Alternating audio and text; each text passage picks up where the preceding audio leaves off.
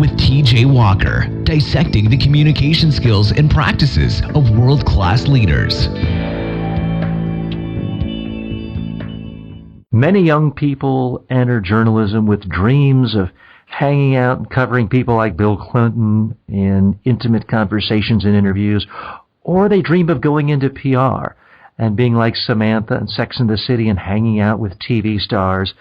The reality is most people in PR have a more humdrum existence. Well, not our guest today. Erika Taylor Montgomery is the CEO and founder of Three Girls Media, and she's actually done all of those things and more. As a reporter, she did in fact cover Bill Clinton on his bid to the White House.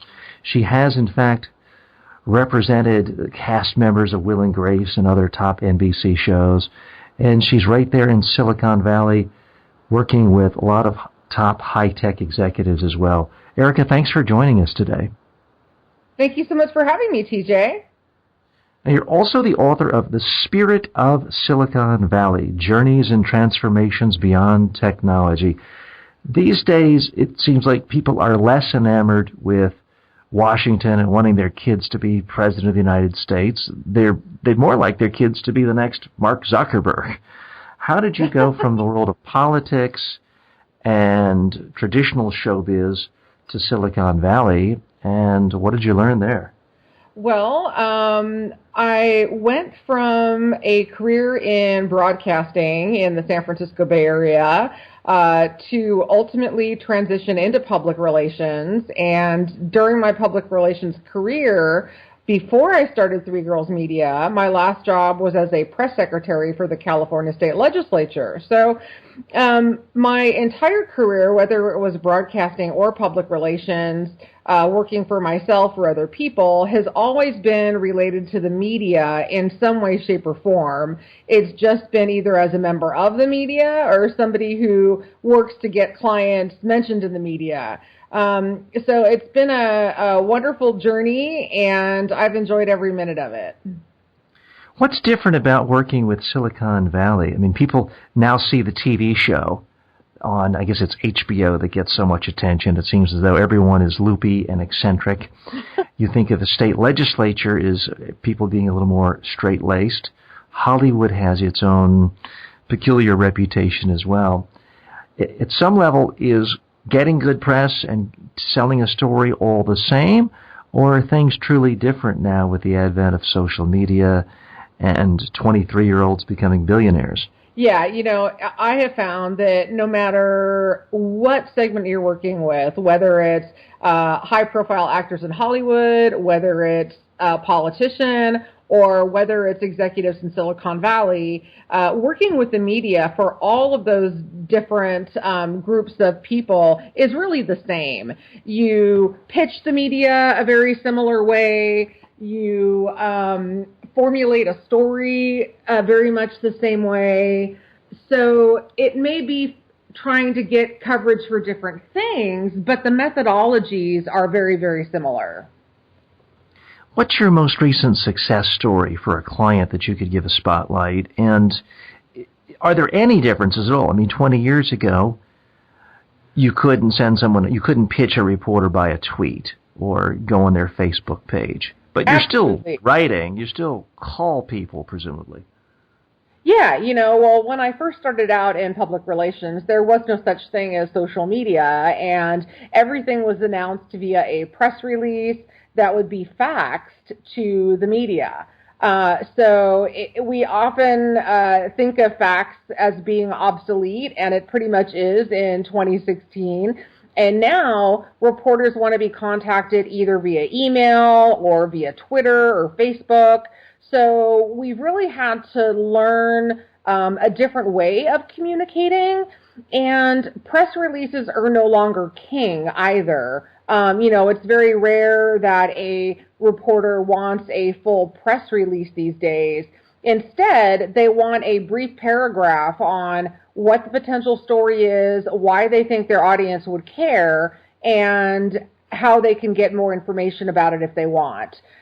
So very, very short and sweet and to the point.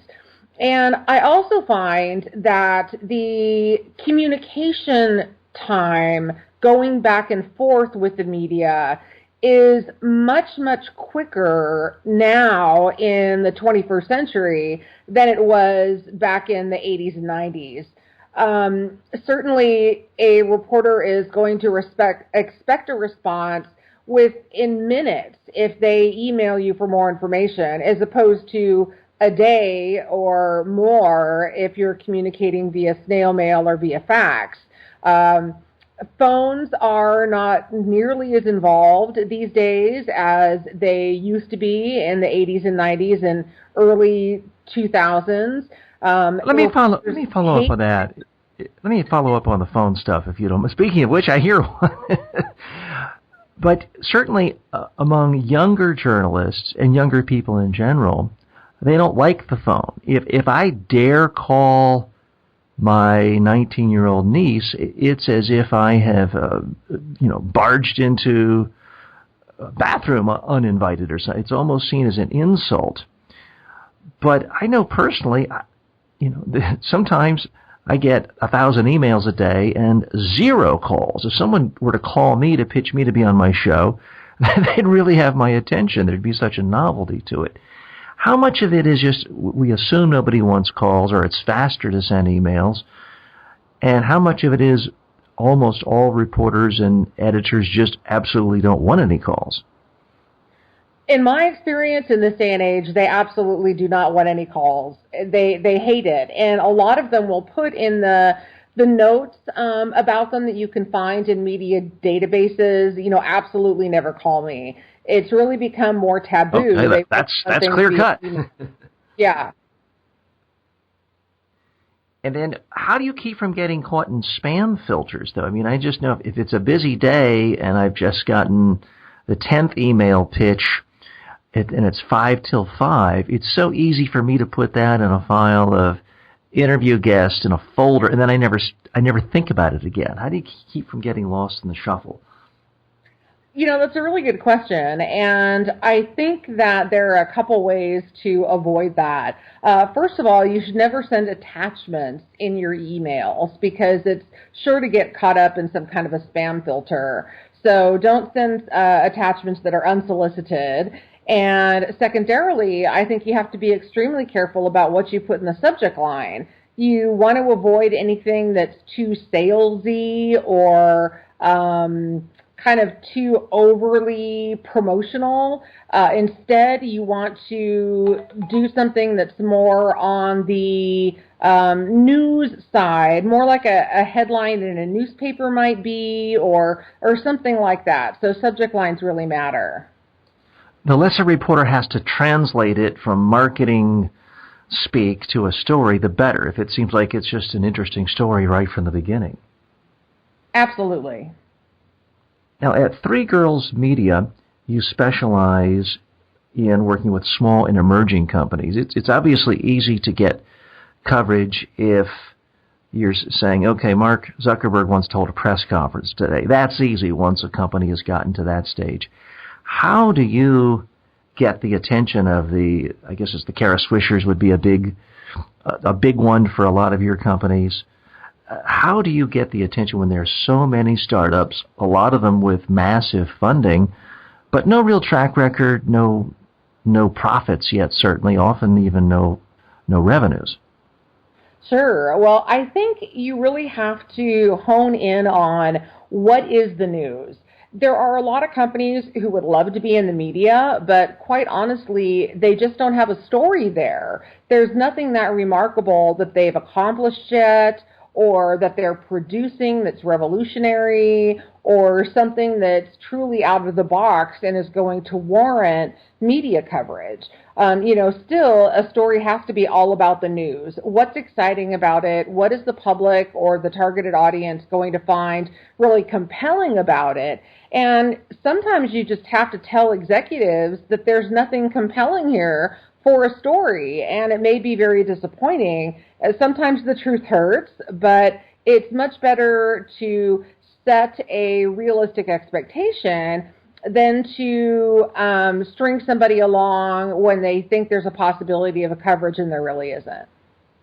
And that's what I think of as the real difference between a PR flack a publicist and a true PR counselor. A PR counselor can tell you, hey, that's baloney.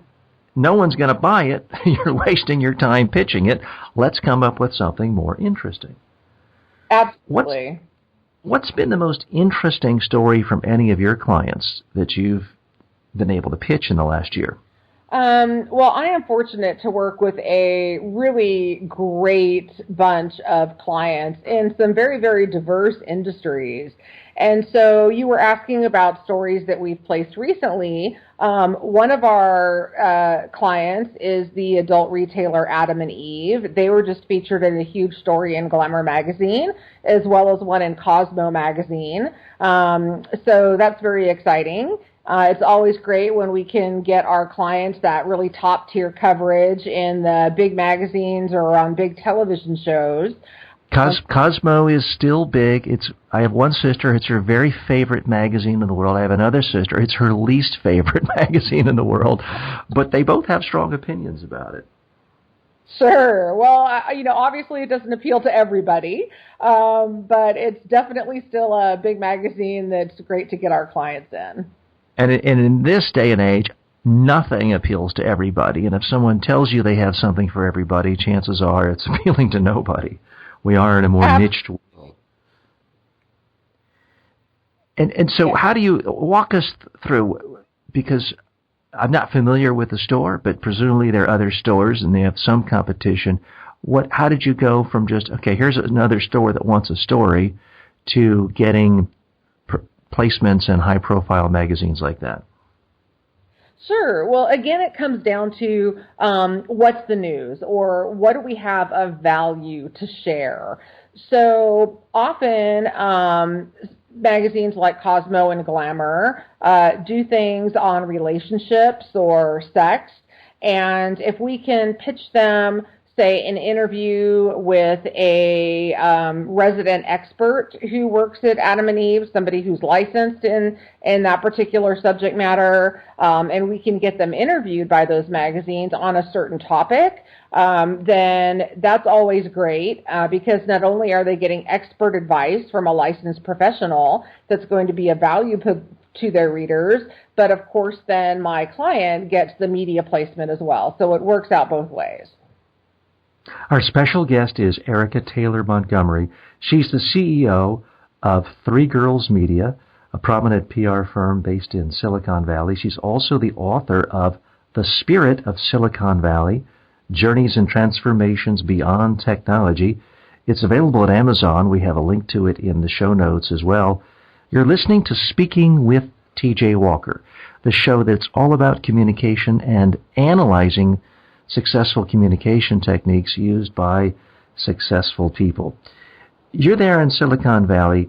Who are the people, they don't have to be clients of yours, although they could, do you really respect the most for their ability to communicate? Certainly, traditionally, people would say Steve Jobs, who's no longer with us, John Chambers, recently retired CEO. Who else really stands out to you as a phenomenal communicator? I think one of the best all-time examples is Steve Jobs. And of course, he is no longer with us, and I've never had the pleasure of working with him directly. But you can see tons of the speeches that he's given on YouTube.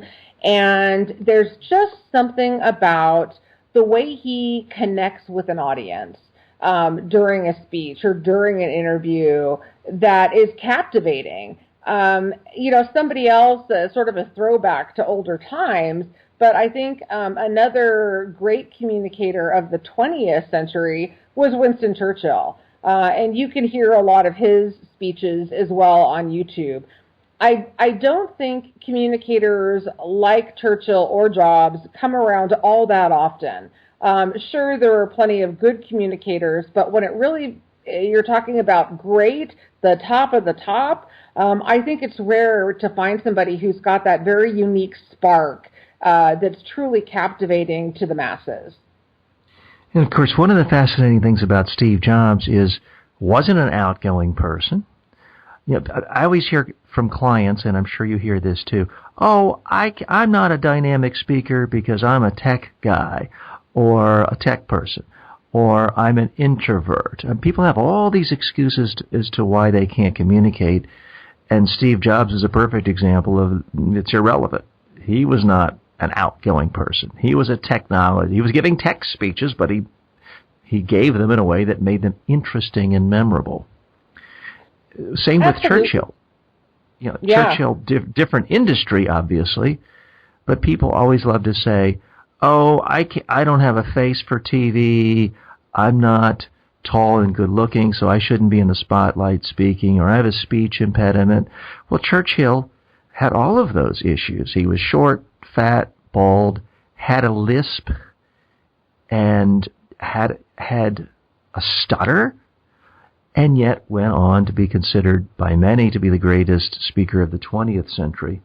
So interesting examples, not because they were perfect, but because they have many of the flaws that your clients have, my clients have, and yet they still were successful. Yeah, and I have found that if you are in a position to possibly be a spokesperson for your company or for a client of yours, and it's something that you're not confident in, there are a lot of really terrific coaches out there that can train you and really help you improve in speaking publicly, whether it's an interview or a speech or whatever it may be.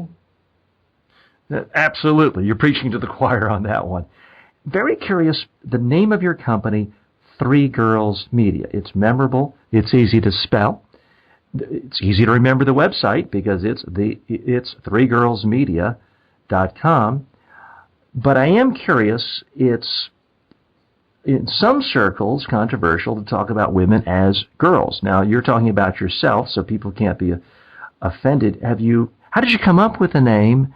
And do you get criticism? And I ask this because while I consider myself a feminist and a liberal, I do remember this scarring experience when I was an 18-year-old freshman in college at Duke University, walking by, and I thought of myself as a boy. I didn't really think of myself as a man. And I would say, "Hello, girls. How are you today? Hello, girls." And one day, one of them turned back around after I'd passed and with a very unpleasant scowl on her face and said, "It's women, not girls." So I just wanted to get your take on the politics of the name there. Well, that's interesting. To be honest, I haven't received any negative feedback on it. And there's a story behind the name. So I wanted to create something that, like you said, was memorable, easy to remember, easy to spell, all of those things. And it really occurred to me that in the line of work that I'm in, public relations, that what we do is we spread the news about our clients in a variety of ways, but it's really all about getting the news out there. And so I started thinking, if you want to spread the news about something and you want to do it really quickly, what is a super efficient way to get it done? Well, all you have to do is tell three girls, and before you know it, it is out there like wildfire. So hence the name of the company. Okay, that isn't exactly what I just assumed. It was, three people who started the company all at once, and it was simple as that. So interesting take on that. Fascinating story. Yeah, most people assume that there were three people that started the company. That's a logical explanation, but it was actually just me, myself, and I all alone starting the business. And I'm sure I could have named it Three Women, but frankly, at least in my mind, it's not as catchy as Three Girls. And I've never been that hung up on the feminism thing. I mean, yes, technically I'm a woman, but I'm not the type to get offended if somebody calls me a girl. I guess it's all in how they do it, right? All in the delivery. "Hey, girl, fetch me some coffee" is a little bit different than... And I certainly would refer to you or anyone above, I guess, the age of 10 that way either. I want to know, you started your own business, so you've actually created a small business. One of your upcoming projects is a new book, a step-by-step guide for small business, nonprofits, and entrepreneurs. How much of what a small business person does should be focused on creating their story, their publicity, their media? Because I have seen people who start businesses and they're great at getting publicity. They're on TV, they're on Shark Tank, they're all over the place, but they have no business and they haven't really figured out a way of making money, and they can always point to, well, Twitter didn't know how to make money, but you just create something and people will come to you and you make it. That works for a very small percentage of high-tech companies, but most companies that just have a lot of publicity and no immediate sales, cash flow, flounders. What's your advice to people on how they divide up their time and how they use publicity?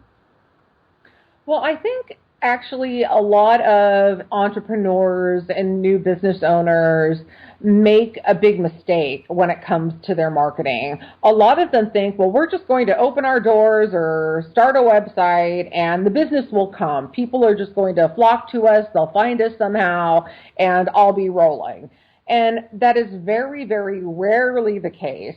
Sure, it's been known to happen, but it's definitely... Especially if you can get a time machine and go back 20 years when none of your competitors had websites. Right, exactly. But in this day and age, you really have to work at finding your customers and letting them know that you exist. And so I think a significant part of your effort should be spent in not just the running and operations of your business, but including marketing and promotions into those efforts. And a significant part of your budget too. I think an entrepreneur or a new business or even a business who's been established for a while should be spending a minimum of 10% of their budget on some kind of marketing or promotional efforts. I like that number. Of course, so many entrepreneurs think, well, after I get my first billion, or that's later. Right now, I'll just use that for more servers or more office or overhead or salary or another engineer. It does often seem to take a back seat. Who are some of the entrepreneurs that some Silicon Valley entrepreneurs that some of our audience members may have heard of, who you think really were clever? And they could be clients or non-clients, but younger emerging ones who surfaced in the last few years, who you think get it right when it comes to, first of all, allocating resources of time and money for marketing and PR, and then having a good story and really leveraging it.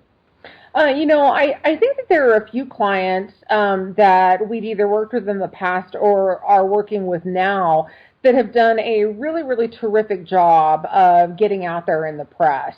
So one of them, a client, not based in Silicon Valley, they're based in Los Angeles, but that's done a terrific job, is Plush Puffs Gourmet Marshmallows. And they are hand-cut, handmade, gourmet-flavored marshmallows that come in 11 different flavors. And they've dedicated a good portion of their annual budget to public relations. And because of that, we've had the resources we've needed to get them in almost every major magazine out there, as well as several different shows on the Food Network and the Cooking Channel, programs like Good Morning America and the Today Show. They have really just been all over the media for several years now because of the willingness to invest in their marketing, and it's done wonders for their business. So now I'm really curious. How do you create a story about a marshmallow? I thought I knew marshmallows. It's a whole bunch of sugar. It's soft. It melts in your mouth. It's good on a s'more. But what's new in marshmallows? Sure. Well, I think flavored marshmallows that are handmade are still a novelty. Sure, you can go to your grocery store and pick up a bag of Jet Puffed, of, your plain traditional vanilla marshmallow, but these are marshmallows that are all natural and come in flavors like chocolate chipetta or caramel swirl or luscious lemon. And so, we have found success in creating stories around certain times of the year. So, for example, now we're going into the fall season, the holiday season, and we're talking about using flavored marshmallows in recipes, like to create crispy treats for Halloween, or to use on certain dishes like sweetened yams for Thanksgiving, and things like this. They make great stocking stuffers for the end of year holidays like Christmas and Kwanzaa and things like that. So even just thinking seasonally, you can come up with a lot of great story ideas. There's nothing better than hitting a member of the media right at the right day when they're trying to plan something for that holiday around the corner, and they want to finish it up, put it to bed, and go home.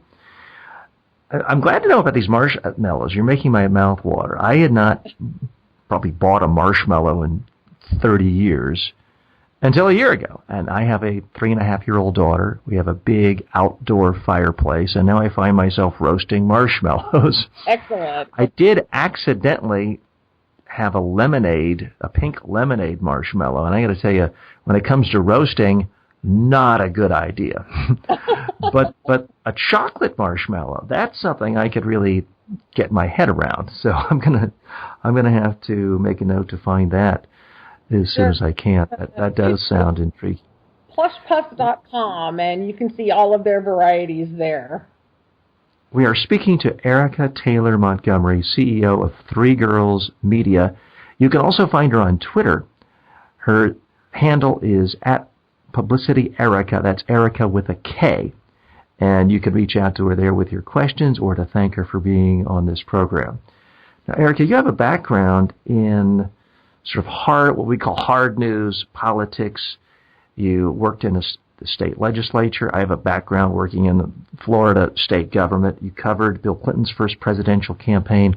So I can't let you go without weighing in on the 2016 presidential campaign, because it's certainly been extremely different when it comes to how candidates speak, their news coverage.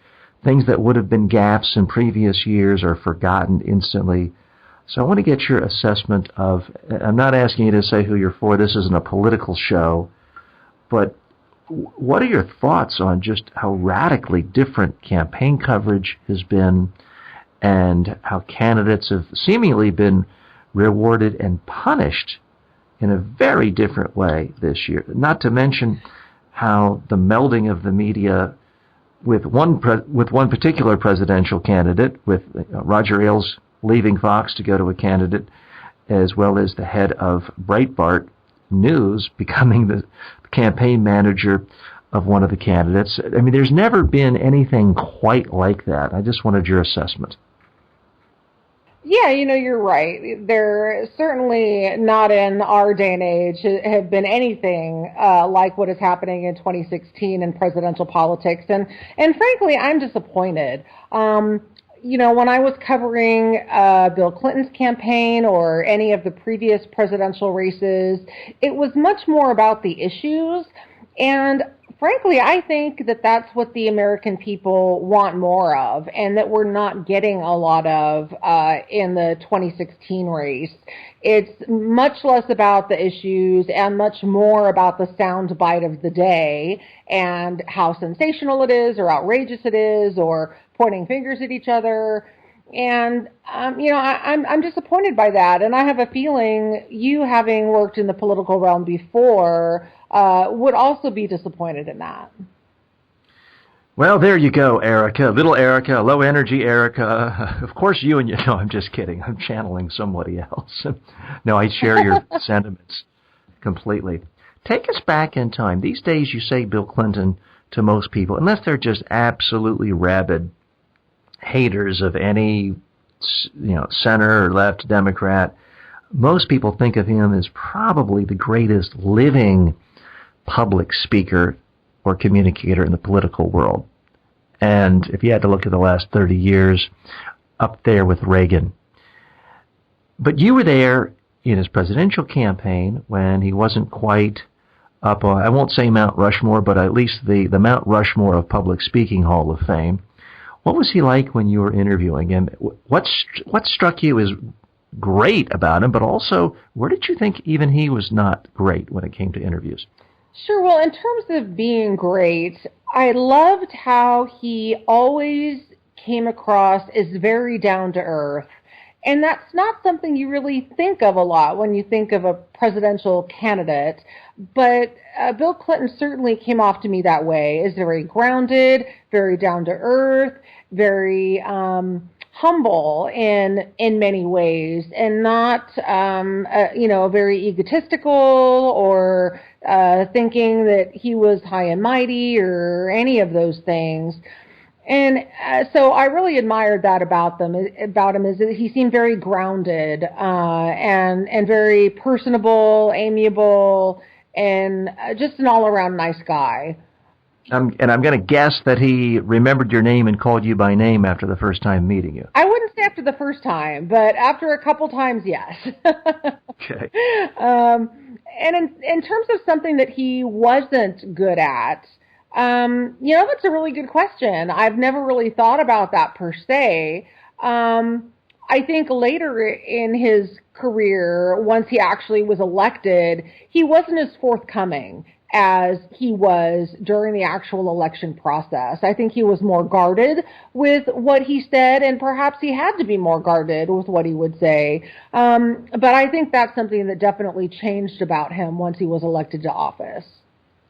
Speaking of guarded, give us your assessment of Hillary Clinton's media strategy. I'm of two minds because I'm in general of the belief that politicians, CEOs, executives should be as accessible as possible to the media, and that if you have a good message and you package your message with sound bites, it's not that every single story will be great, but over time you'll get your message across, and over time your perspective and the quotes on your perspective will get in.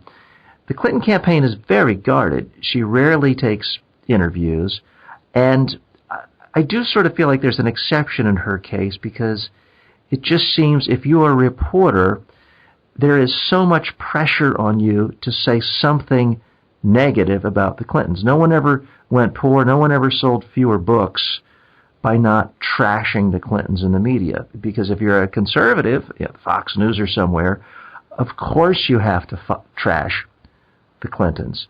But if you're Maureen Dowd of the so-called liberal New York Times, you don't want to be seen as cozying up to the Democrats and the Clintons.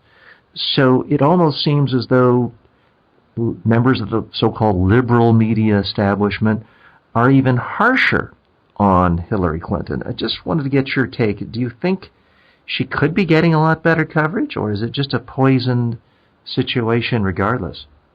Well, I think that you're absolutely right that she's certainly more guarded than her opponent is in the election when it comes to the things she says, who she says them to, and when she decides to make comments or give interviews.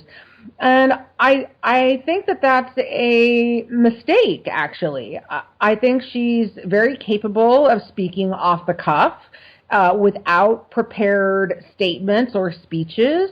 And I think people would like to see more of that from her. I think it's one of the that a lot of Trump supporters admire about him is that he is very off the cuff. He speaks his mind. He says it like he feels it. And that's just the way it is. And you either like it or you don't. And, Clinton is really of the opposite camp where everything is very planned out and pre-written, and a lot of people say, of course, according to the polls, that they don't find her very trustworthy. And I think if she sort of let down her guard a little bit and spoke more casually off the cuff and gave people more of a sense of who she is as a person, that might change that perception. I partially agree with that, but I also think back to times when she has done that. When Diane Sawyer interviewed her, a handful of years ago, I thought she was being completely candid, real, off the cuff, and said, it was really scary leaving the White House in 2001.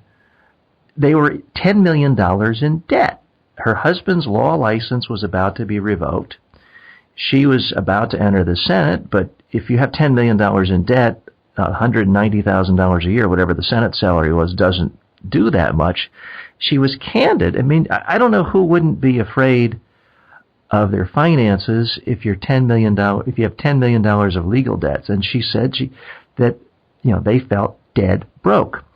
And there's an example of her being candid, being real, being honest. And her opponents took that phrase, twisted that to suggest that she's this pure evil, cynical person, out of touch. Here she is, rich. And it was just, to me, it seems that there's nothing she could say that won't be twisted into making her look like she's this evil cardboard cutout. I agree with that. I think a lot of what she get twisted, but the same can say for Donald Trump. The Democratic camp is taking a lot of what Trump says and absolutely vilifying him for it, no matter how major or minor it is. So I think it cuts both ways. But I don't think that it serves candidates well, regardless of what you're running for office for, whether it's a local city council seat or whether it's for the presidency, that you should always speak in a scripted manner, because surely there are going to be times when reporters ask you questions off the cuff and you need to be able to confidently answer those questions. And if you're used to only speaking off a script, it doesn't give you a lot of practice in doing that. Well, she's definitely not getting much practice at press conference interviews since she's had so few. Now, did you interview her in the 90s during the campaigns? And if so, what was she like? No, I did not interview her. I always looked at her as more of kind of behind the scenes when it came to the media. She definitely was not in the forefront like her husband was. Well, you're in the forefront of major PR experts and gurus around the country. We very much appreciate your time. Erika Taylor Montgomery, again, the founder of Three Girls Media. You can find out more information by going to our website, threegirlsmedia.com. You can also find her on Twitter at PublicityErika. That's Erika with a K. Her latest book is out, The Spirit of Silicon Valley, Journeys and Transformations Beyond Technology. It's available on Amazon, and we've linked to it in the show notes. Erika, thank you so much for being our guest today. Thanks for listening to Speaking with T.J. Walker, where the communication skills and practices of world-class leaders are dissected.